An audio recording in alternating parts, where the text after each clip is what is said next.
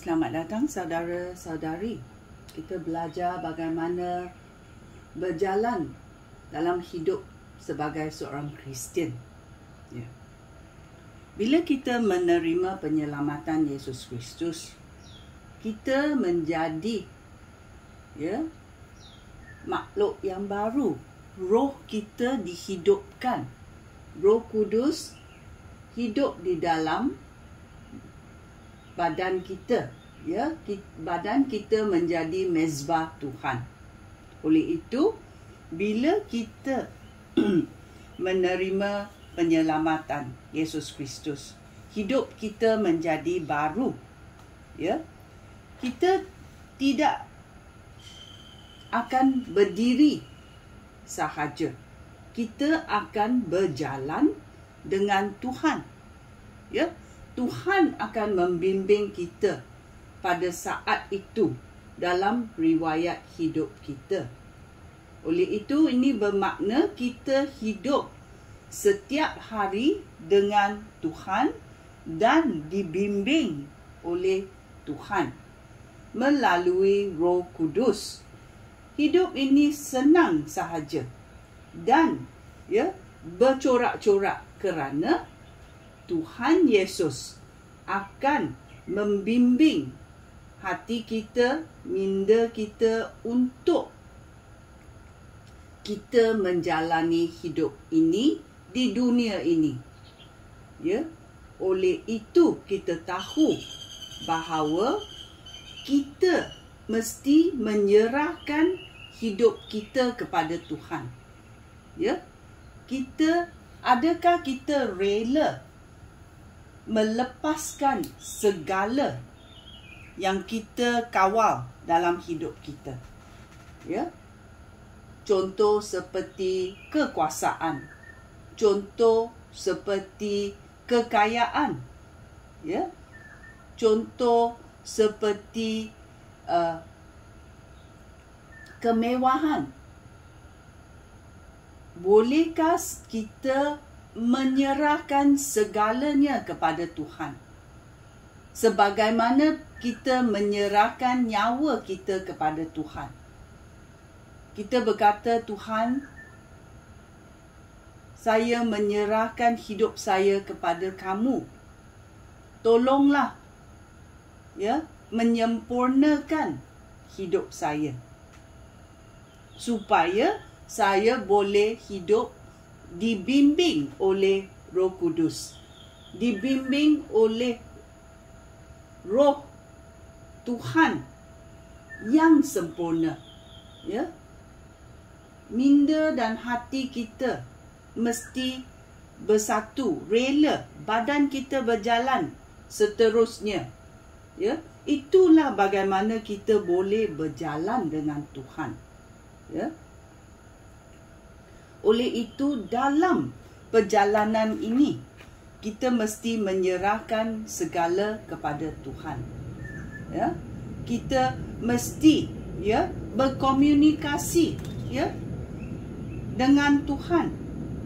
Kerana dia Tuhan kita, kita boleh bertanya kepada Tuhan apa-apa yang kita perlu. Kita boleh bertanya kepada Tuhan. Oleh itu,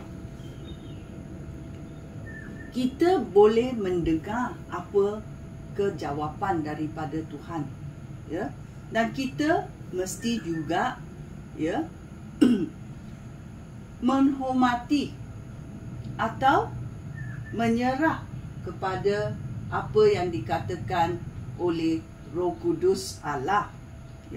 Kalau kamu masuk dalam sebuah negara dan kamu mau menjadi warga negaranya, maukah kamu menghormati undang-undang negara itu? Kalau kamu tidak mahu, kamu masuklah penjara kalau kena tangkap. Oleh itu, kita masuk dalam kerajaan Tuhan. Maukah kamu mentaati apa yang Tuhan arahkan? Maukah kamu membaca Alkitab? Tuhan telah memberi peta bagaimana hidup di dunia ini dan di dunia akhirat. Maukah kamu membaca arahannya? Ya, macam peta. Maukah kamu menselidiki peta itu? Ya. Maukah kamu mendirikan satu mezbah untuk Tuhan, supaya kamu boleh sering kali datang ke mezbah Tuhan, ya, untuk menerima ketenteraman, kedamaian, kesenangan, ya, untuk menyerahkan diri kepada Tuhan. Maukah kamu berdamping dengan Tuhan? Ya?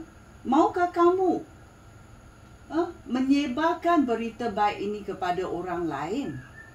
Ini ada semua yang kita mahu belajar dalam hidup di dunia ini, ya. Kerana dunia ini adalah dunia dalam kejatuhan.